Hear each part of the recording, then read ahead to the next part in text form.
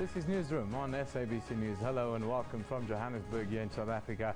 My name is Eben Janssen. This show is broadcast live every weekday morning between 9 and 10 a.m. Highlights are rebroadcast at 2 o'clock every afternoon and then repeated at 5 a.m. the next morning. We're also streaming live on YouTube every day between 9 and 10 a.m. with the full show available all day on our YouTube channel. Today we look at online gambling, as this is about to be legalized here in South Africa. The petrol price went up again last night and looks set to continue its climb for the rest of the year. And we cross live to the mining Indaba in Cape Town. But first, let's take a look at the news headlines.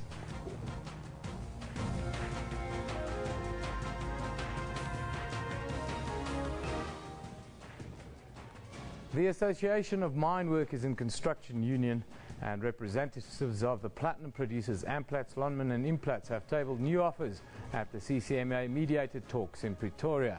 Parties will consider the revised offers before continuing with negotiations this morning. The parties are trying to end a 2-week-old platinum strike that is said to be costing the country 400 million rand a day. Petrol hit a record high at midnight. It rose by 39 cents to 13 rand 96 cents for a litre of unleaded 95. Since the beginning of last year, the price of petrol has been on the rise, and with the rand remaining weak, the price of fuel is likely to increase further. The sky over the Russian Winter Olympic host city of Sochi has been lit up with fireworks as organizers hold final dress rehearsals ahead of Friday's opening ceremony. They're leaving nothing to chance, with Russian President Vladimir Putin having staked his personal and political prestige on the Games and the drive to turn the Black Sea resort region into a world-class tourist destination. The first steps to legalizing online gambling in South Africa will soon be taken when the draft remote gambling bill is published and introduced to Parliament. Up until now, the only regulated online wagering allowed in the country has been that of sporting contests. The bill will repeal the 2008 National Gambling Act and will try to curb the proliferation of illegal and unregulated gaming sites. Now, joining us in our Durban studios is an attorney who specializes in gambling and technology law, Wayne Lurie. Good morning, Wayne. Thank you for joining us. Good morning, Eben. Thanks for having me on the show. Wayne, gambling at an actual casino, it's been legal now for almost 20 years in this country. Why did we take so long to legalize online gambling then? Eben, it's a good question. We've been talking about legalizing online gambling for 10 years now, since the 2004 Act. There was actually specific provision made to legalize online gambling, and there have been various initiatives and committees over the past 10 years. First, a committee that advised the minister. There was an amendment bill to the National Gambling Act introduced in Parliament. That stalled. Then a Gambling Review Commission was appointed in 2011 to investigate the whole area and look at regulation. And now we are on the brink of a private members bill being introduced this week or next week to hopefully get us on track. I suppose the answer is really that it's quite a technically sophisticated area, and there are a lot of regulations and payment mechanisms, etc., around it, or payment channels that need to be properly controlled and regulated. And how do you see the next couple of weeks proceed then?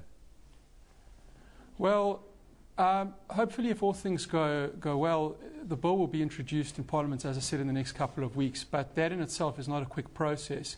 What then happens is the bill has to be open for public comment, and various interested parties in the public will make their views known. It then has to go to the Parliamentary Committee on Trade and Industry. They'll have their comments to make on the bill, and then it has to be put back to Parliament for a final vote. That process could take anything from, say, 4 to 9 months conservatively.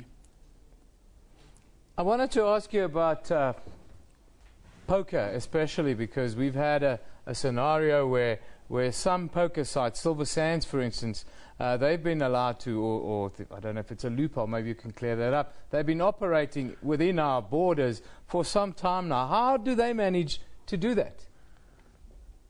Look, it's an interesting question. You've raised the issue of a loophole. I would say that there was a question of jurisdiction and whether a grey area in the law where it wasn't clear if you were a casino licensed outside of South Africa and providing services into South Africa, whether you were legal or not. And there was actually a famous case that went on from 2003 odd until 2011, which was the Pigs Peak case, where a company in Swaziland that was licensed by the Swazi government was providing casino services to South Africa.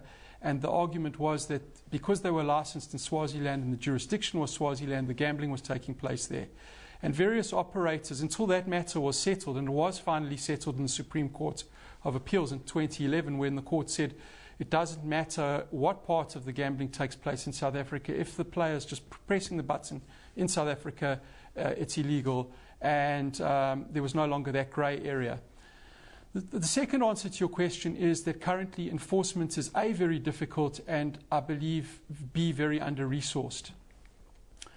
So not a lot is being done about unlawful casinos that are providing services to South African citizens. And unfortunately, the strong arm of the law is actually prejudicing the players as opposed to the operators. So if you are caught gambling online by the Reserve Bank, who have systems monitoring what you're doing with your credit cards, etc., it's unfortunately the player that's going to be fined and dealt with in a rather heavy-handed manner.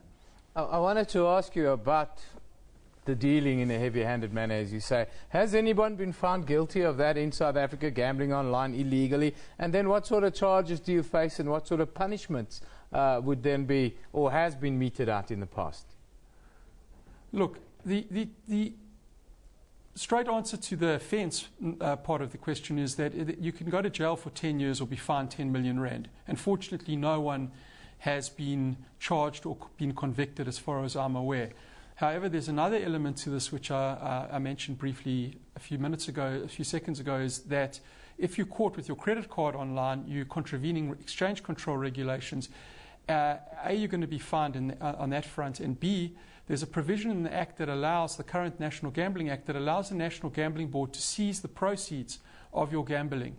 And that has happened on a number of occasions that I'm aware of, possibly into the hundreds, where people who have won money online, whether it's with an offshore lottery or an offshore casino, have their funds seized. It goes into a trust account with the National Gambling Board and is channeled into responsible gambling programs, etc., and you'll never see your money again. Well, I wanted to ask you about the other side of the coin, which is the rise of then the illegal or these online bogus sites that rip people off, really. Have we seen a lot of those in the recent past, and how will that process proceed, and how will it be policed in the future now? I'm fairly certain there's a good number of online sites, illegal online sites operating in South Africa. I read something recently which seemed quite mind-boggling, to say that possibly 4 to 10 billion rand is being ploughed into illegal offshore online gambling. The easy answer to the question is, if you have a regulated industry, so hopefully when internet casinos are licensed in South Africa, you'll have a regulated industry to protect, and there'll be more focus on enforcement, and these operators will slowly be pushed out of the market. And at the moment, if you are engaging in gambling with an offshore operator, you run the risk that they may be using software that hasn't been approved by a licensing jurisdiction, that in a way is crooked.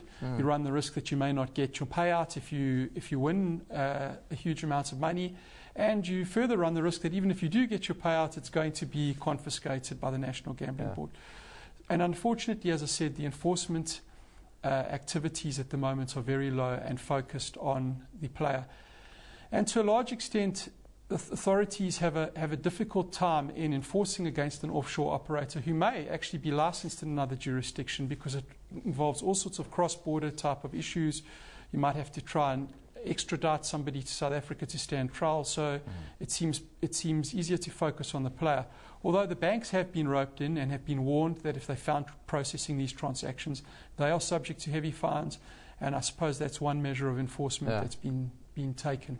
Well, we look forward to how this matter proceeds. I'm sure lots of South Africans can't wait to gamble legally and not be lawbreakers, as it were. Thanks, Wayne Lurie. That is Wayne Lurie joining us from Durban. He is an attorney who specializes in gambling and technology law, and he's telling us all about the first steps or the next steps in the process of legalizing online gambling here in South Africa. Up to 4 or between 4 and 10 billion rand being spent on it illegally. That is a huge amount of money.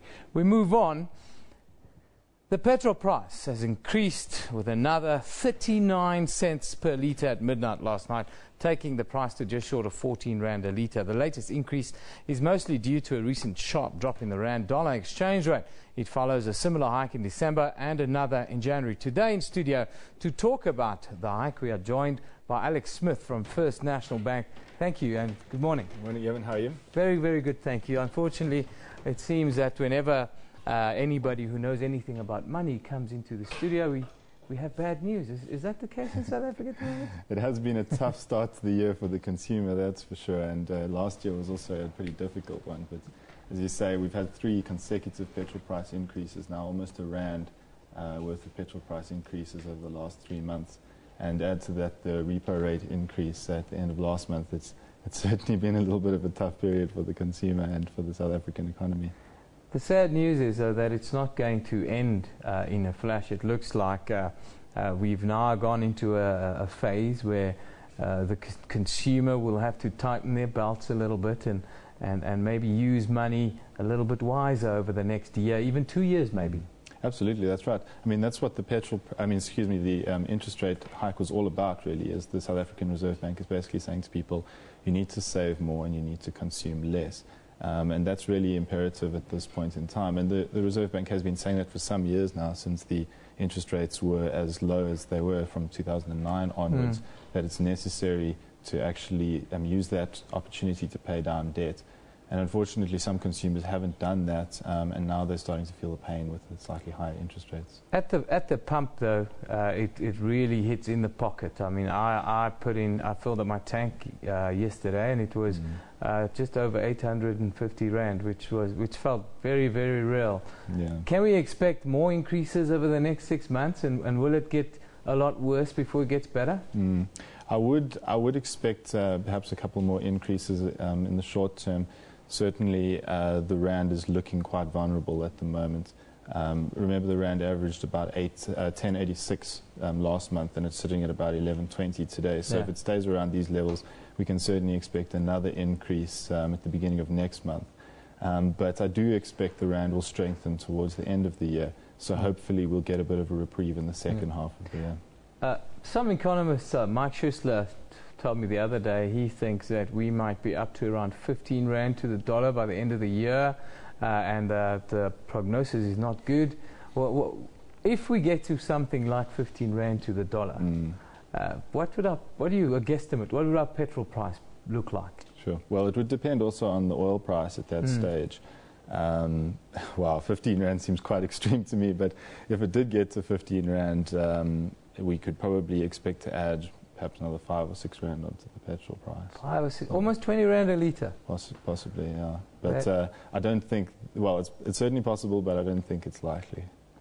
Well, I like the fact that you're positive about this, Alex. Not many economists are at the moment. Just tell us, for the viewers' benefit, just tell us about the effect that the price of petrol has on every other, let's call it, on every other aspect of life, really.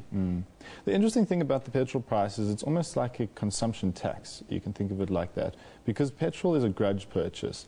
So you can't really say, well, I'm not going to go to work today because the petrol price is too high and I don't want to put petrol in my car, you know. So ultimately what happens is that you put petrol in your car, but then you can't afford to buy other things, you know. So maybe you can't afford to go out or buy the nice clothes you like, or whatever the case might be. So often the petrol price increasing actually has the opposite effect on some prices of goods. It has a dampening effect because the demand for those goods actually starts to decline a little bit. Of course, those other goods that are transported, that often has an upward impact on the price of those goods because transportation costs increase. But what we've seen at the moment is because consumers are under a lot of financial pressure, retail sales have been quite slow for a while now. The producers are actually struggling to pass those costs on to the consumer. So we're actually not seeing a lot of price increases at the retail level because consumers just aren't able to absorb them at this stage. So we're actually seeing producer margins. And we're not a nation of savers, are we? Unfortunately not, no. Wanted to ask you for those people out there that they're not the best savers in the world. We know that's the case here in our country. But what would your advice be to them and also now to motorists in lieu of these increases in the price and sustained increases, it looks like in the short term, as you said? Yeah. Well, I guess it's quite simple, really. If you know, as my boss always puts it, just spend less than you earn. It sounds easy, but it's obviously a lot more complicated than that. But that is the bottom line, really. Interest rates are probably going to go up again before the year is out, and people are going to start to feel the pinch a little bit more. As we say, there's a chance of more petrol price hikes coming through. So I would advise people to start saving now in preparation for that. Also, remember the budget's coming through at the end of the month. And we might see some tax increases, especially more wax, more body blows on the way. just finally, in some of our neighbouring countries, the price of fuel is cheaper than here in South Africa. Why is that the case? Well, remember that there's also tax involved in the petrol price, so quite a large chunk of the petrol price is tax as well. Okay. So depending on how much the government taxes the petrol, that will also determine the actual price. Yeah.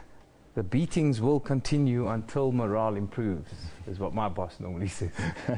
Thank you, Alex. That's Alex Smith from First National Bank, putting us in the picture as to what's happening with the petrol price and what you should be doing. It's simple, very simple thing you need to do. Just spend less than what you earn. Not complicated. Let's take a quick look at what you're saying on social media. This economic forecast is depressing. Talks of increase in petrol price, depreciating rand. Let's just watch Cartoon Network instead. That's Rushda Bahadin trying to make light of what's quite heavy weather at the moment. Dudu says petrol price at a record high and the rand pound still at 18 rand. It's a hard knock life. That's right.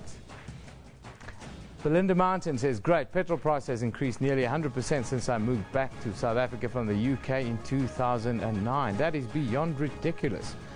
Yes, Belinda, it's hard, yeah, in the developing world. Vuyisa says, South Africa's petrol price 6 May 2009, 7.21 per litre, 5 Feb 2014, 13.75. Increase of 99.13%. Yes, that is certainly very steep for you. So thank you for that, for doing the sums there on our behalf. Well, those are your thoughts. Keep it coming at SABC Newsroom on the red line. That's where we like you. Or sabc.co.za/news. That's where you get all the updates and the latest analysis on the going stories around the world. After a short break, well, we'll be live at the mining in Durban, Cape Town. This is Newsroom on SABC News.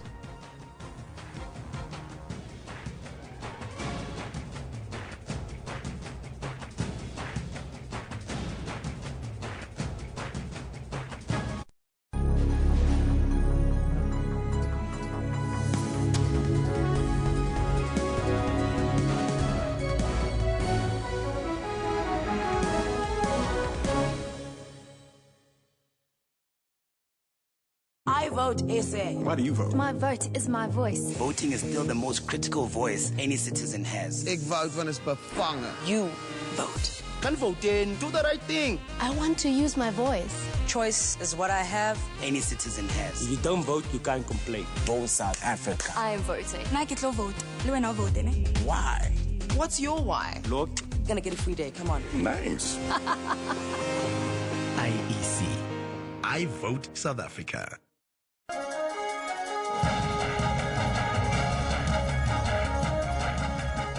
Sometimes a lot of people, in fact, do not have access, firstly, to palliative care. Secondly, even if they do, So what? Do we just kill them if they don't have access to palliative care? I think she's actually crucifying my question, with all due respect. If you actually actively assist somebody to die, then you are convicted of murder. Who should take the burden of terminating a life? It's very problematic for doctors to play God. That's Rights and Recourse, Sundays 2 p.m. on SABC News.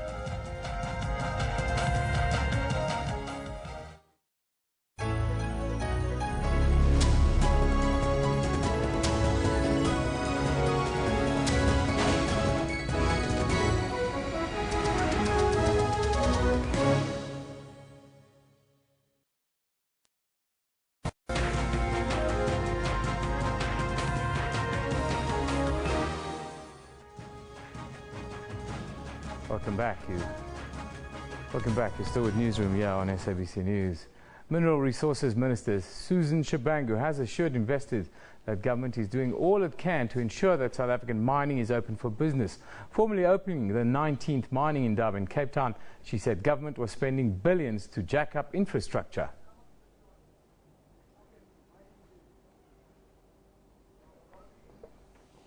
The minister's speech received mixed reaction. Some viewed it positively, saying she made the right noises, while others felt she was too quiet on the issue of labour strife, which has resulted in billions of rand lost to the sector. At a press conference, the minister said a discussion still needed to be had on what minerals should be deemed strategic. For instance, coal. Whilst we accept that there needs to be a continuous export, but if we look at where we are today, what used to be consumed by Eskom today, it's also exported. So it's a threat to our own security of tenure when it comes to Eskom, when it comes to energy generation. But some commentators are worried that the plan for strategic resources may put potential investors off. One of the issues I still have is in relation to the Mineral Petroleum Resources Development Amendment Bill, which is currently in the National Assembly for discussion. There are a lot of measures there that are quite resource nationalistic, and which would give the minister the power to regulate the export of strategic minerals, and would also allow the ministry to compel mining companies to sell those minerals to domestic manufacturers at discounted prices. The ministers emphasised the need for a win-win approach in South Africa and the broader continent's mineral extraction and development. Nompumelo Siziba, SABC News. Well, we were supposed to cross to Nompu down in Cape Town, where she's standing by at the mining indaba. Unfortunately, we've got some technical difficulty, and we are going to move on to our next story. But we'll try and get back to Nompu because that's quite an important development as the mining industry, especially platinum in South Africa, are going through some, well, let's just call it turmoil at the moment. Now, moving on. Rain and wet weather caused havoc this week in parts of Gauteng. In Johannesburg, several roads were flooded and many didn't manage to get to work or school. Emergency services have been on high alert now with even more rain predicted in the days to come. Today in studio we have Sir Robert Mulaudzi from the Johannesburg Emergency Services, and a man who needs a little introduction here at the SABC studios, our very own meteorologist Paul Monari. Good morning, gentlemen. Thank you for joining us. Good morning. Thank you for having us. Mr. Mulaudzi, can I start with you? With emergency services, it's been a tough 4 or 5 days for you guys. There's been lots of rescues happening, lots of flooding. Just tell us how things have been going. Yeah, it has been hectic for us. We have had a number of rescue operations which we have conducted throughout the city. To name but a few, we have had one in Deep Slot where motorists were trapped in a flooded bridge just before you get to Deep Slot, and also in Soweto, where we rescued about 4 people there, you know, in one of the river streams when they were swept away. But mostly it has been motor vehicle accidents because it looks like when it's raining we tend to have the most number of motor vehicle accidents on our roads. I get on the roads. I was on the road when it was raining on Monday, and the people seem to be driving faster in Gauteng when it's wet. Is that the case? Is it the case of us being a little bit insane on the roads? That's why we're having so many accidents in the wet? I think it's about patience. You know, we always talk about, you know, patience on the road and, you know, giving other motorists a chance. And we also see motorists not really listening to our, you know, messages in terms of them avoiding flooded areas, like what we've seen in most parts of Soweto where roads were flooded. So for our appeal is that motorists need to, you know, listen to our calls when we say if that road is not, it's closed or it's flooded, then they can use the alternative one. And then maybe we should slow down a little bit on the roads, because when it's wet, it's out of control a little bit. Paul, the outlook, they say, is not good for the next couple of days again. First tell us what the weather's going to do for the next couple of days here in this sort of area, and then give us an idea as to why things are sort of as bad as it's been over the last couple of days. Okay, yeah. Firstly, we must understand that it is pretty much the rainy season for majority of the northern parts of the country. You know, if you look at Cape Town at the moment, it's quite clear and it's sunny, no rain at all. But over the Northern Cape, the Northwest Province, as well as into Gauteng And for today, even over KwaZulu-Natal, we're expecting heavy rainfall. And these have been issued out as warnings by the South African Weather Service over the last couple of days.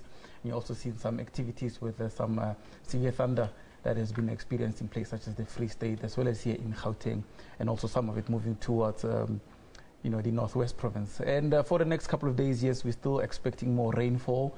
It's been raining over since last weekend, actually, and we're expecting more rain to come over the next 5 days or so. And this is actually what's perpetuating the situation, is that the heavens are just opening up and we're getting more rainfall. Are we having issues with global warming in this case, as it's been 40 degrees in Cape Town, which is, yes, it's the hot time of the year, but it's a little bit extra hot. And in Johannesburg, yes, it's the rainy season, but it's raining absolute cats and dogs, like 24 hours a day almost. Yeah. Well, before we tie everything to global warming or global climate change, we must remember that there are certain things that affect our South African climate. Those include our pressure cells, air pressure. As you notice, during winter, the high pressure would come and be centered all the way in the central parts of the plateau over, places such as the northwest and the Highveld and so on. And then we're seeing low pressure cells coming in from the southwest and bringing cold fronts into Cape Town and its surrounding areas. But now in summer, all the low pressures now come all the way down, and the high pressures move all the way southward. So we don't get cold fronts, and we get the high pressures affecting the Western Cape, keeping it clear and sometimes maybe dry and hot, like you've seen with the heat waves just a few weeks ago. And then the low pressures now coming in over the central parts, bringing rainy weather for KwaZulu-Natal, rainy weather for Gauteng, as well as over Limpopo province. But then to answer your question of global climate change, we must remember that global climate change has a lot of consequences, and most of them we are not entirely sure of. We do know that there might be flooding in some areas, and we do know that some areas might be drier. But, it still does not answer the question that, which areas are going to be much drier or much wetter and so on. So, yeah, but some of these things, we can link them to climate change, and we can also link them to, the rainy season is just experiencing more accelerated conditions. Paul, I get worried whenever the meteorologists say this is normal weather, because I've never seen normal weather like this. But let's move on to the man who has to do all the saving of lives going on. Just tell us how difficult it is at this time for you guys, and then also tell us about the challenges that you are facing in doing your work right now. Yeah, the challenges now is that since we're getting a lot of rain, we have had a number of incidents to deal with at the same time. It might be, rescue operation, people trapped in some flooded waters. It might be some people, drowning. So we had to, spread our resources all over the city. So from our side, we just want to, warn, especially young children. We have seen, when it's raining, a number of drowning incidents, increasing. Yeah, so we just want to warn them to stay away from, drainage systems and, these flooded areas, and also motorists also to avoid flooded areas. Paul, finally, you've got 30 seconds to give people advice as to how they should prepare and what they should not be doing. Okay, first of all, we need to pay attention to all the warnings that the South African Weather Service give out there. If there's a warning for localized flooding or heavy rainfall, please do take necessary precautions like sandbanking around your house, or staying indoors, staying clear of low lying areas like areas in low floodplains. Avoiding such situation, and just be cautious. Be cautious and don't live right next to rivers where the banks are about to wash away. Exactly. Thank you, Paul. That's sage advice and much needed at the moment. And Mr. Mulauti from Johannesburg's Emergency Services, thank you for joining us and telling us what a difficult task you have at hand at the moment. Let's just take a quick look what you are talking about or saying on social media. I'm sure some people are talking about the rain, as there's been enough all around Johannesburg for the last week. Of course, there's the other issue that's the strikes going on. AMCU are a bunch of idiots and useless individuals causing more harm to the country economically rather than working, says Nihal. Stephen says, Pig Spot and AMCU, don't forget labour unrest a big factor in driving the rand lower. Luambo says, very interesting to see the NUM and AMCU teaming up to fight for economic emancipation of their fellow oppressed beings. Very deep indeed. John Brand says, wonder if AMCU built platinum stockpiling into its strike risk analysis. If not, its prospects look bleak. And then Karabo says, Amku's Gift Matunjwa is on a revolutionary path. He wants to break Mining SA's shackles that continue to reduce natives to a life of poverty. Well, those are your thoughts coming in. Keep it coming at SABC Newsroom on Twitter. That's where we live. After the break, Africa's first design fair will take place in Cape Town later this month. We'll look at that and more. And we'll go down to the mining indaba for a quick update. This is Newsroom on SABC News.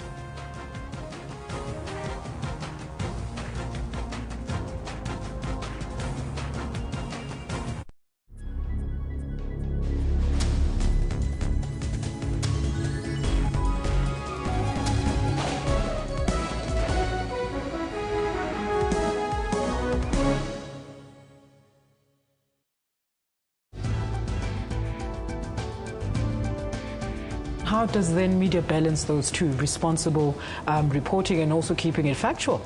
If you're a journalist, and especially a journalist writing a story for a front page, you have to report the facts. The fact is she came to like a fashionista to court. Once again, media be given credit for carrying this story since its inception. The media has been very brilliant, and I think they walked the extra mile. Where is the media in giving us the both sides of the story?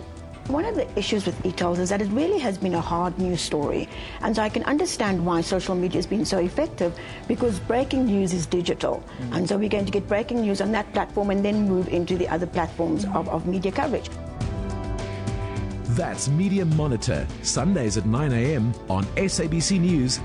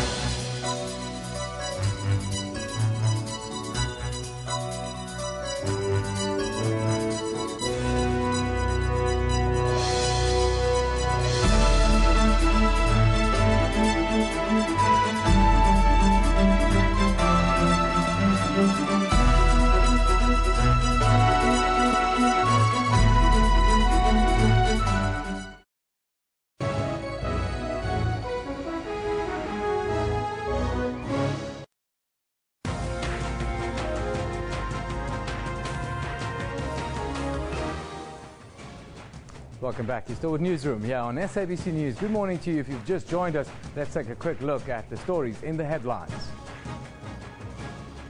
The Association of Mine Workers and Construction Union and representatives of the platinum producers Amplats, Lonmin and Implats have tabled new offers at the CCMA mediated talks in Pretoria. Parties will consider the revised offers before continuing with negotiations this morning.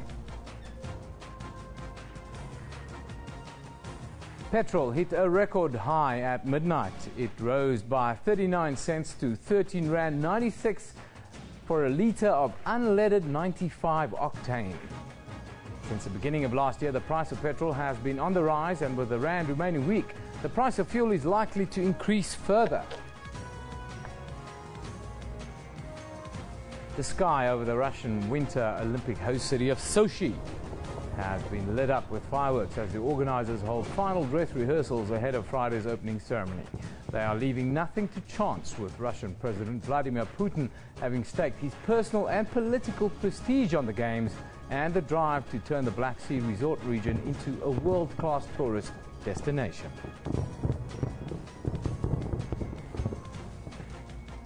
Well, the mining indaba continues in Cape Town. As I mentioned a little bit earlier, now Nompumelelo Ziziba from our Economics Desk has been following the summit and joins us from the Cape Town Convention Centre. Good morning, Nompu. Thanks for joining us. Hi, Ibn. Nice to speak to you. How are you? I'm very good. Unfortunately, not as well as you down there in the city where the weather is beautiful and dry, unlike here where we complain about the floods. I wanted to ask you about this summit today. What's your expectations, or what's been going on the last day or so, and then your expectation for today?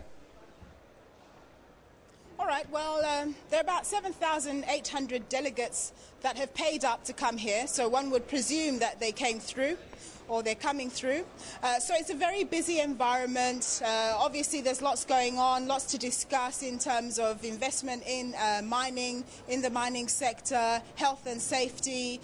Companies are giving individual reports on how they see their various specific sectors. So, for example, this morning, Graham Briggs, who's the CEO of Harmony Gold, he gave a presentation. I was not party to it, but no doubt he was talking about the challenges within the gold sector.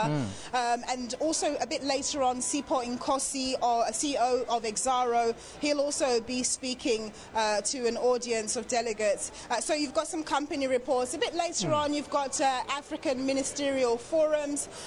Those will relate to countries like Gabon, Ghana, Zambia, Tanzania, and so on and so forth. I guess those forums just create an environment where ministers can speak directly to investors and financiers about the best way forward in the exploitation of minerals.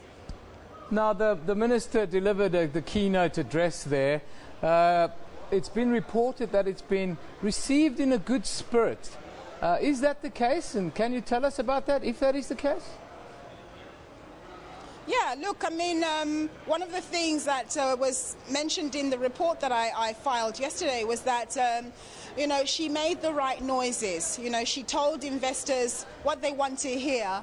And most importantly, the thing that she pledged was that the government would turn around license applications within about 300 days. That process can take up to 3 years in some instances, which is a nightmare because obviously companies are already invested and they don't have all the licenses in place. They're holding potential assets, but they can't make money out of them. So she's pledged that she's going to process those applications very quickly, not only the mining license, but other things like your environmental approvals, your water license. Do all of those things in tandem so that once the companies get all those certificates in hand, they can begin to do their business and make money. So from that perspective, that was very positively received.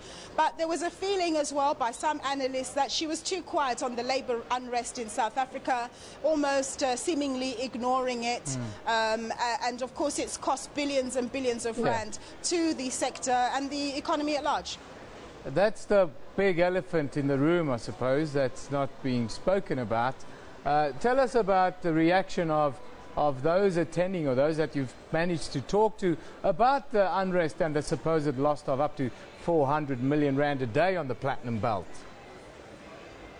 Well, look, the common response is that it is a concern. And I think one of the things that people always say is that how long will this strike action go on? The longer it goes on, the more damage it causes. And ultimately, South Africa's got a massive unemployment rate. It's got a 25% rate officially, 40% when you include those who are discouraged workers. So we've got a massive problem. You know, people are saying that if this continues, it means people are going to lose jobs. Companies are going to move more towards mechanization, and a country like South Africa can't really afford that sort of approach because we need people to be employed. We need labor-intensive industry, so a concern. What about the Karoo gas exploration? Is that raising some eyebrows on both sides of the fence? Well, look, I haven't really managed to speak to many people around their reaction on that.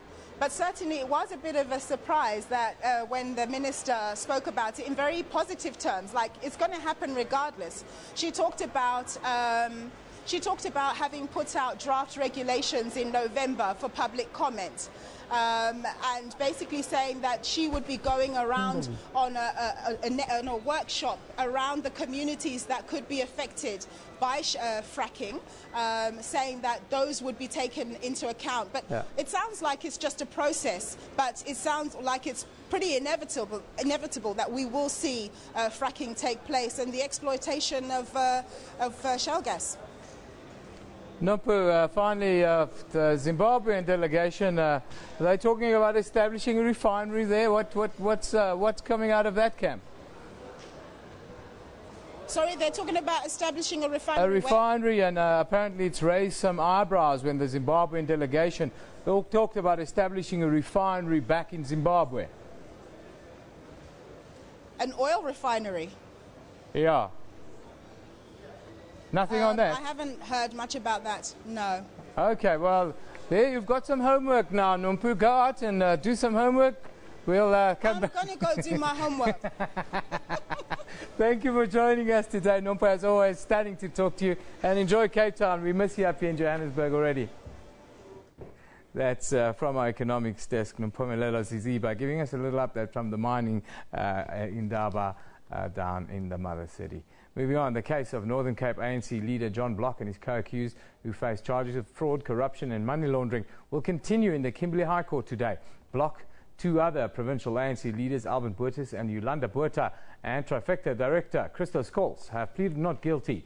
The National Prosecuting Authority alleges the Trifecta Group entered into a number of lease agreements with the Northern Cape Social Development Department in which rentals or rental space were grossly inflated. As a result, the Trifecta Group received or would receive rentals of 57 million rand at the end of the lease agreements. Ulrich Hendricks has been following proceedings and joins us from Kimberley. Good morning, Ulrich. Thanks for joining us. Good morning, Evan. Just tell us what's the latest and what we can expect today. Well, the trial proper started on Monday after, I think, about 2 years of postponements. The accused, John Block, Yolanda Botha and Alvin Boertes, yesterday all pleaded not guilty to various charges of fraud, corruption and money laundering against them, as well as Scholes. And subsequently they submitted plea explanations. All of them obviously denied guilt in the matters. They said that most of them were not employed at this time by the government at the time when the alleged offences were taking place. So they could not put undue influence on government departments to basically ask them to go into an agreement with Trifecta Holdings Investments. And then later in the afternoon, a forensic auditor from PricewaterhouseCoopers entered the stand. He's the first witness. He basically traced the relationship between the various accused and Trifecta Holding Investments. He's still on the stand. He will continue his testimony today. I think today he'll basically, as they normally put it, investigators will follow the money, and determine how much money people received, where and when. Now, the opposition parties, they've jumped all over this case. I think they want to make a point of that in the area about this. Just tell us what they've been saying and how we expect this sort of furore to play out. Well, John Block is the finance MEC in the Northern Cape, so they've been making a big fuss about it, that someone who is holding the purse of the Northern Cape, as it were, is involved in a fraud and corruption case. So they've been picketing, protesting at all these appearances of John Block, and they've been asking that Premier Sylvia Lucas then suspend him for what they say to sort out his personal problems. But the case is it is expected to last for up to 5 months. We saw on Monday when they started bringing in all the evidence, it's really, those lawyers really got a good workout. They were boxes and boxes and boxes of evidence that were brought into that trial. So they have to painstakingly go through all that, so it's going to take quite a while before this case is over. Well, thank you for putting us in the picture there, Ulrich Hendricks. The whole country is looking at this case with interest. I think it's going to be interesting how it develops over the next couple of weeks. That's Ulrich Hendricks coming to you live from Kimberley with an update on that interesting, very much politicized case involving John Block down there in the province. Well, moving on, Africa's first International Design Fair launches in Cape Town on the 27th of February. Presenting at the beginning of the World Design Capital 2014. The Guild will explore the theme of making at an elevated collectible level. In our Cape Town studio, we have two of the designers who will be exhibiting at the event, Porky Heffer and Atang Chikari. Good morning, gentlemen. Thanks for joining us. Good morning, Eben. How are you doing? Very, very well, sir. Porky, if I can start with you, just tell us, about the event and then what it's like to have this kind of platform. It's a really good time because during February, at the end of February, that we've got a lot of international guests here.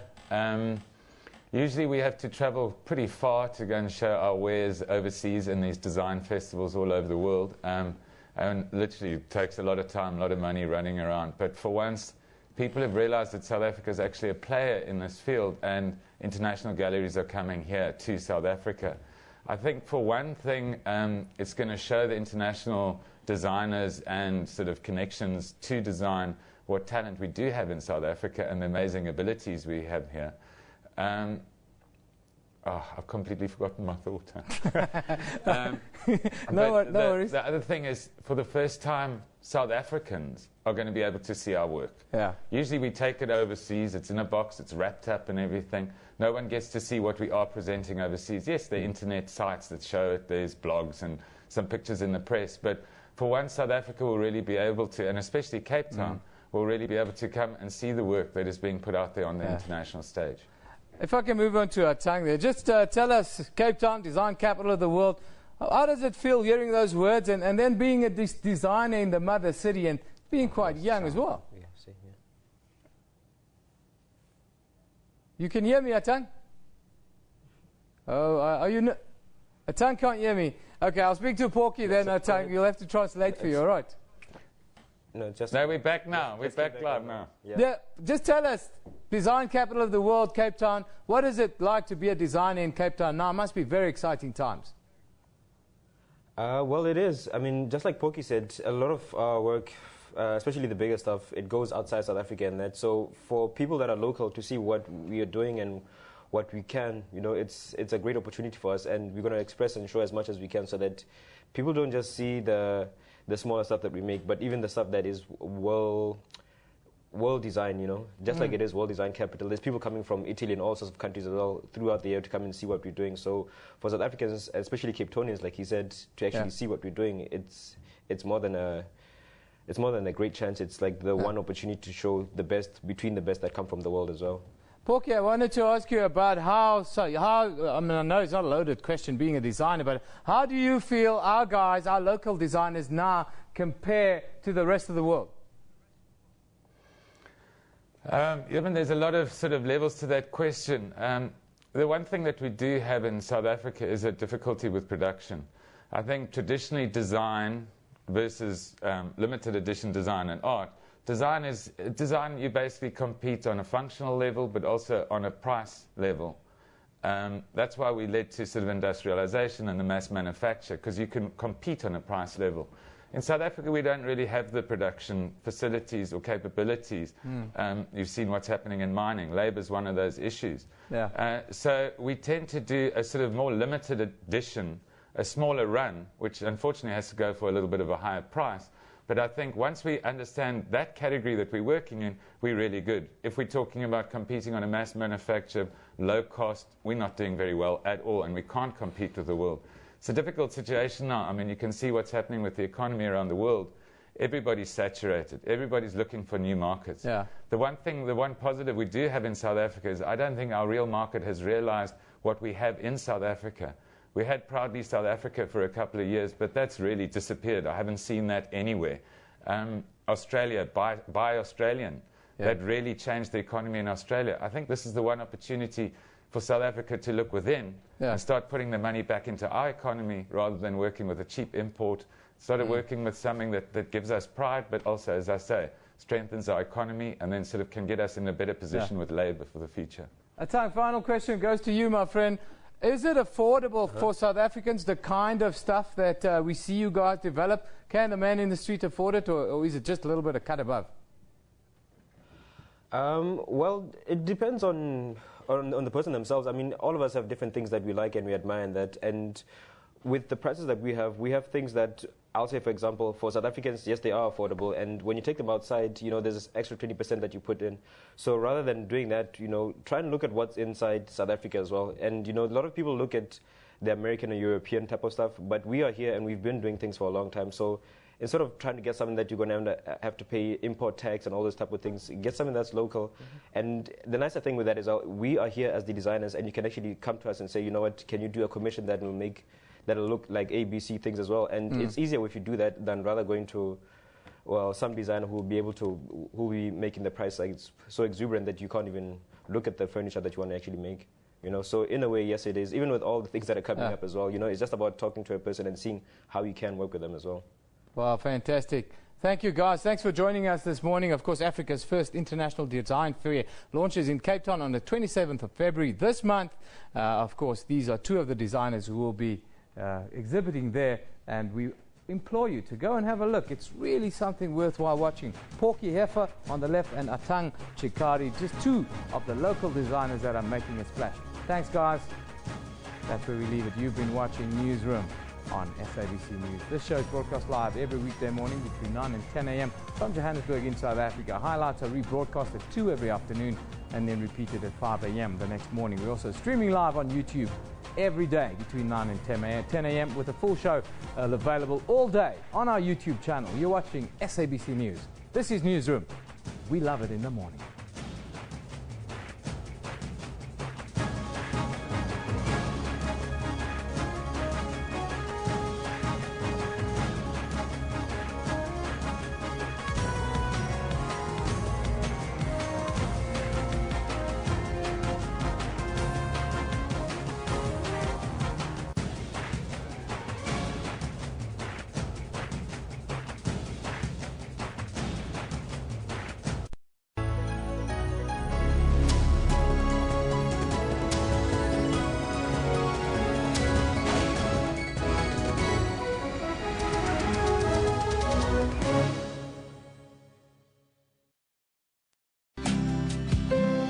It's impossible for a person to walk in his destiny, his full destiny, without receiving Jesus.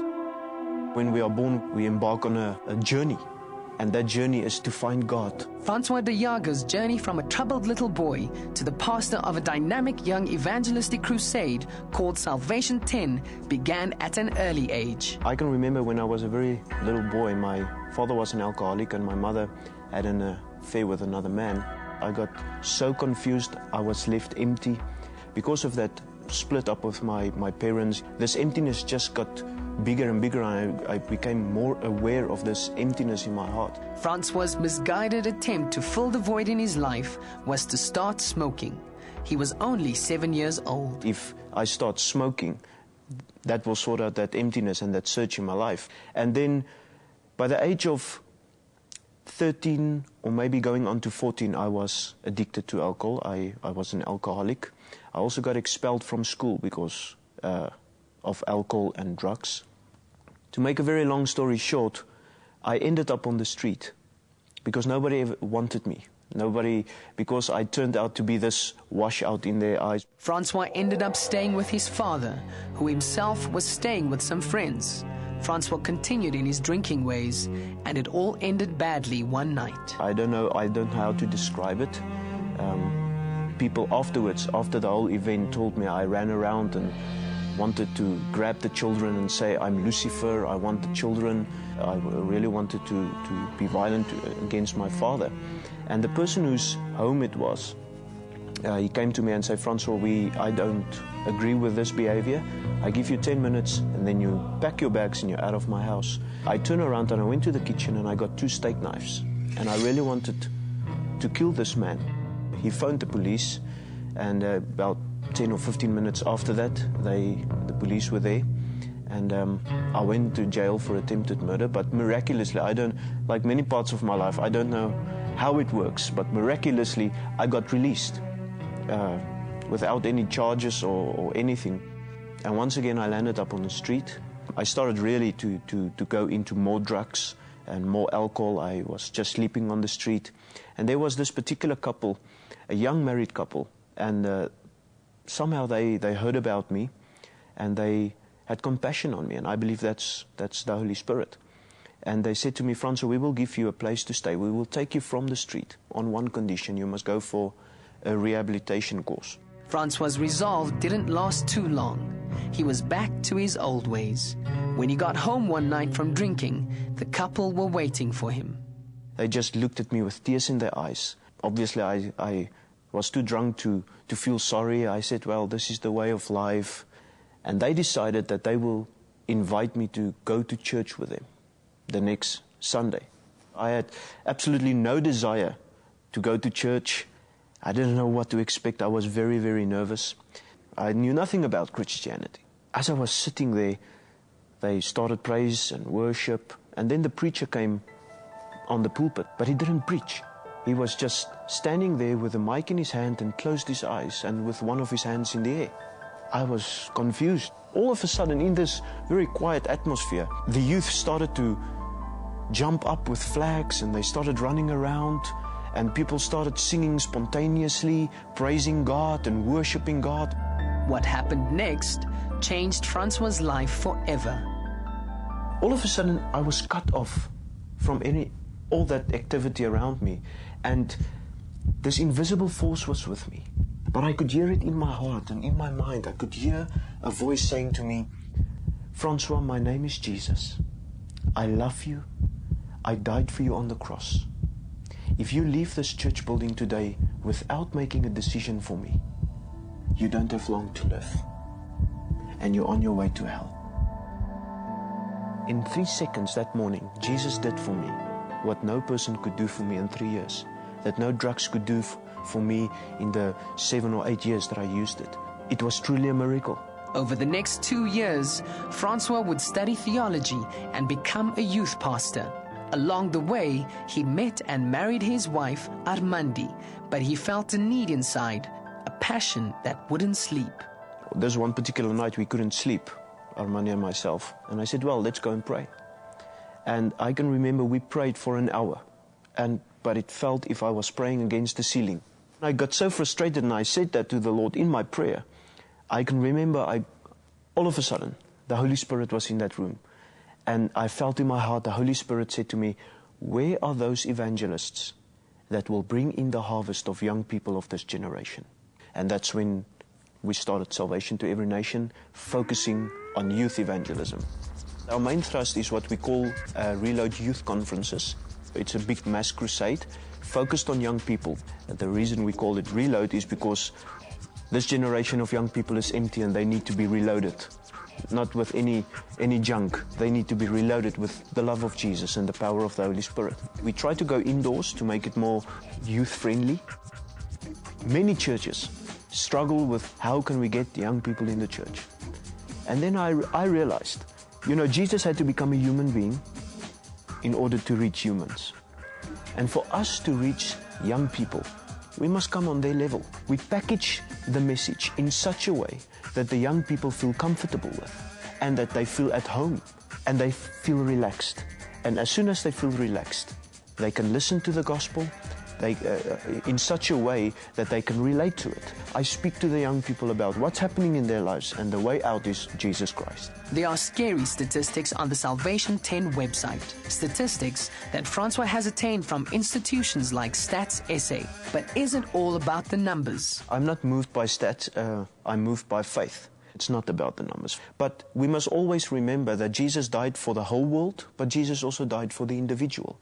And every big crowd consists of individuals. Only by the gospel of Jesus, this country can be saved for Jesus Christ. And in the end, Salvation 10 is not about Francois himself. It's about the youth and Jesus. And when they see what it did in my life and many other people's lives, Jesus comes into their lives. He's responsible for salvation. I'm not so responsible. I'm just channeled by the messenger. I mean, I'm just the MC announcing the big speaker, Jesus himself.